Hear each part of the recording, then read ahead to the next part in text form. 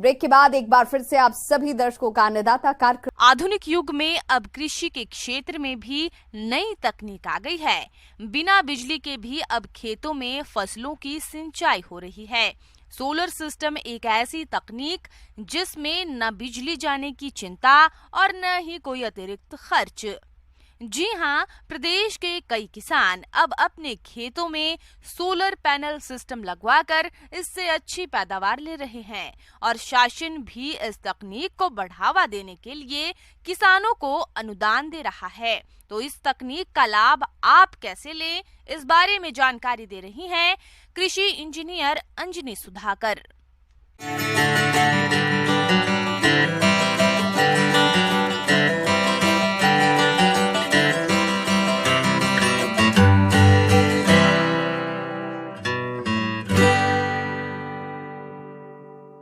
मैं ये बताना चाहूँगी कि हमारे जो किसान भाई लोग हैं वो हमारे जो वर्षा से जो बारिश होती है वो उसी पे डिपेंड करते हैं, उसी पे आधारित है। हमारे जो कृषि कर रहे हैं वो लोग उसी पे आधारित हैं।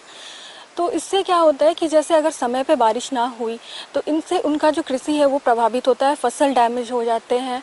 तो इसके लिए क्या है, हमारा सौर ऊर्जा जो कि बहुत ही आसानी से अवेलेबल है सब जगह, सब एक बहुत ही आसान स्रोत है जिसका इस्तेमाल करके हमारे किसान भाई समय पे सिंचाई कर सकते हैं।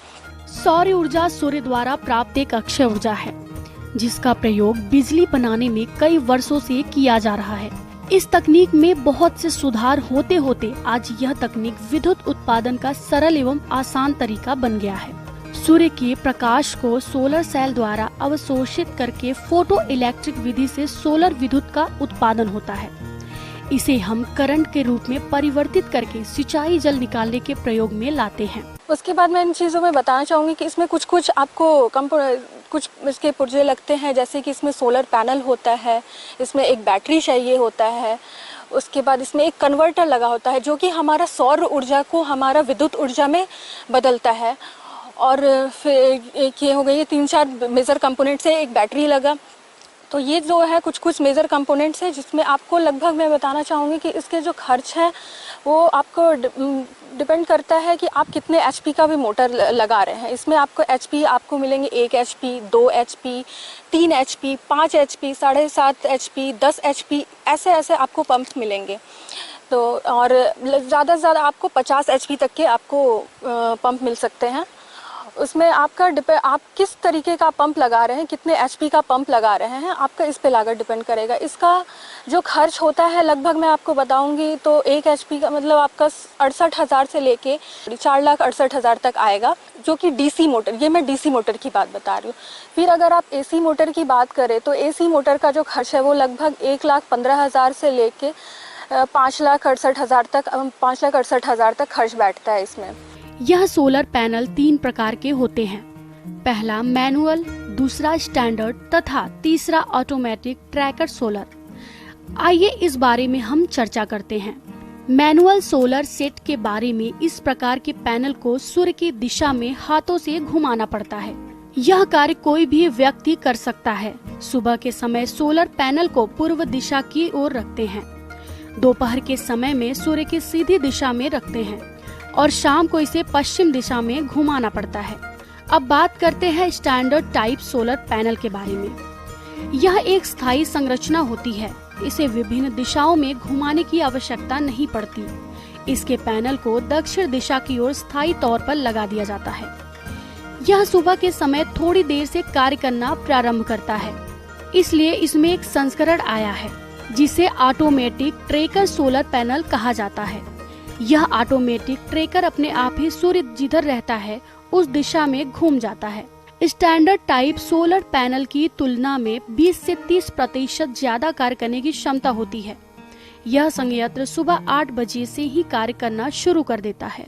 उसके बाद बात करूँ तो फिर इसमें आपका जो मेंटेनेंस है, इसमें जो आपको मेंटेनेंस भी इसमें बहुत कम लगता है। इसमें आपको बस कुछ नहीं करना है, इसमें आपको बस आपको जो सोलर पैनल है जहाँ पे आप लगाए हैं वहाँ पे आपको एक स्प्रिंकलर लगाना है, जो कि आपको हर लगभग 15 दिन पे, जो अगर उन पे पैनल्स पे धूल जम जाए तो आपको उससे बस हटा के साफ़ करना है 15 दिन के अंदर।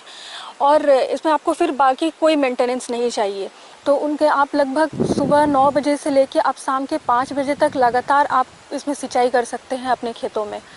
उसके बाद फिर अगर हम कई जगह हम डीजल इंजल इस्तेमाल करते हैं कि हाँ मोटर चलाने के लिए, तो उसमें आपका जो वातावरण हमारा बहुत प्रदूषित होता है। तो हमारी भारत सरकार आजकल मौसम अनुकूल खेती पे भी बहुत ध्यान दे रही है। तो उनका ये कहना है कि कृषि से जो भी हमारा पॉल्यूशन हो रहा है तो वो हमारा इन्वायरमेंट को डैमेज ना करे, तो और मौसम अनुकूल खेती होनी चाहिए। तो इससे ये भी होता है कि हम अगर डीजल से इस्तेमाल नहीं कर रहे हैं, हम सिंचाई नहीं कर रहे हैं, उसका इस्तेमाल नहीं कर रहे हैं, तो आप ये सौर ऊर्जा का इस्तेमाल करके आपका जो वातावरण है वो भी प्रदूषित नहीं होगा। एवं इससे क्या होगा कि अगर आप बिजली इस्तेमाल नहीं कर रहे हैं, डीजल इस्तेमाल नहीं कर रहे हैं, तो आपको किसानों को जो है खर्च भी थोड़ा कम आता है इसमें। हालांकि शुरुआती दौर में आपका खर्चा थोड़ा सा ज़्यादा होता है, लेकिन अगर आप लंबे समय तक देखें, लॉन्ग रन तक, तो इसमें जो है वो आपको खर्चा थोड़ा कम पड़ता है, उल्टा किसान को फ़ायदा ही होता है। इसमें आप किसान भाई ये भी सोच रहे होंगे कि अब इसका अनुदान कैसे ले, क्योंकि ये बहुत महंगा है, तो इसके लिए आपको हर किसान ये इतना अफोर्ड नहीं कर पाएगा। तो ऐसे में आपको गवर्नमेंट सब्सिडी देती है। तो सब्सिडी आपको दो जगह से आप मिल सकता है। एक तो आपको भारत सरकार देती है जो कि पीएम कुसुम योजना के तहत देती है। इसमें आपको 90% योगदान मिलता है, आपको सब्सिडी मिलता है भारत सरकार की तरफ से। दूसरा हो गया हमारा जो राज्य सरकार है, राज्य सरकार भी एक योजना के तहत देती है, बिहार सौर ऊर्जा क्रांति योजना, बिहार सौर क्रांति योजना के तहत आपको देती है। इसमें आपको बिहार सरकार से आपको 75% अनुदान मिलता है।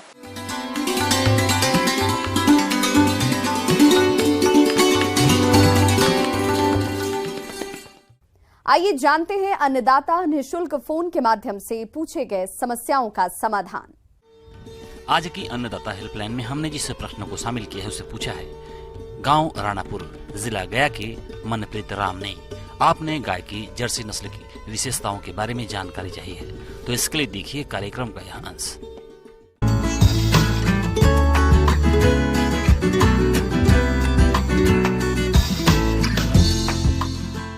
जर्सी गाय वैसे तो ठंडे इलाकों में ज्यादा पाई जाती है, लेकिन ये अपने आप को मौसम के अनुसार ढाल लेती है, जिसकी वजह से ये गर्म वातावरण के लिए भी अनुकूल बन जाती है और ठंडे वातावरण के लिए भी।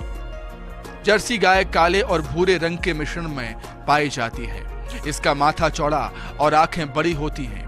इसकी औसत ऊंचाई 46 इंच यानी 4 से 5 फीट होती है। ये गाय अन्य गायों की तुलना में थोड़ी छोटी होती है। जर्सी गाय के रखरखाव में और गायों की तुलना में कम खर्च और समय लगता है। अन्य नस्लों की गायों की तुलना में इन गायों का स्वास्थ्य ज्यादा बेहतर रहता है। इसके अलावा ये गाय अन्य गायों की तुलना में दूध का उत्पादन भी बहुत जल्दी करने लगती है। ये गाय सामान्यतः प्रतिदिन 20 से 25 लीटर दूध देती है और अन्य गायों की तुलना में बहुत अधिक है। अपनी अनेक खूबियों और किसानों के लिए आर्थिक रूप से फायदेमंद होने के कारण ये गाय आजकल डेयरी किसानों की पहली पसंद बनी हुई है।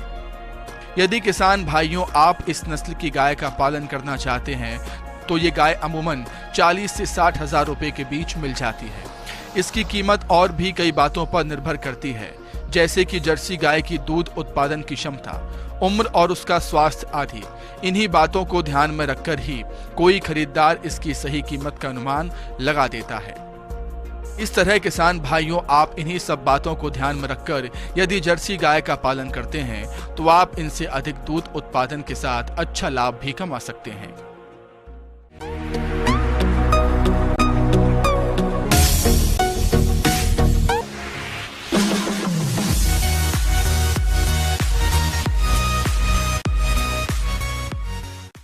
एक नजर डालते हैं राज्य के कुछ मंडियों के प्रमुख फसलों के बाजार भाव पर।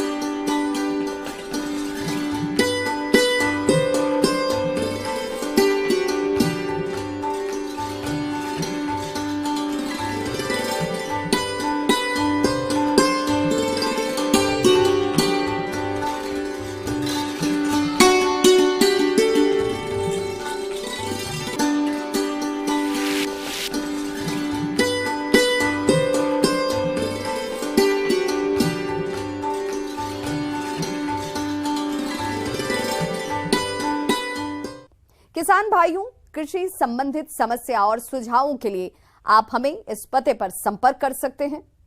Producer Annadata, news 18 Bihar Jharkhand, Ramoji film city Hyderabad 501512। साथ ही आप हमें ईमेल भी कर सकते हैं। हमारा ईमेल एड्रेस है p18annadatabihar@nw18.com।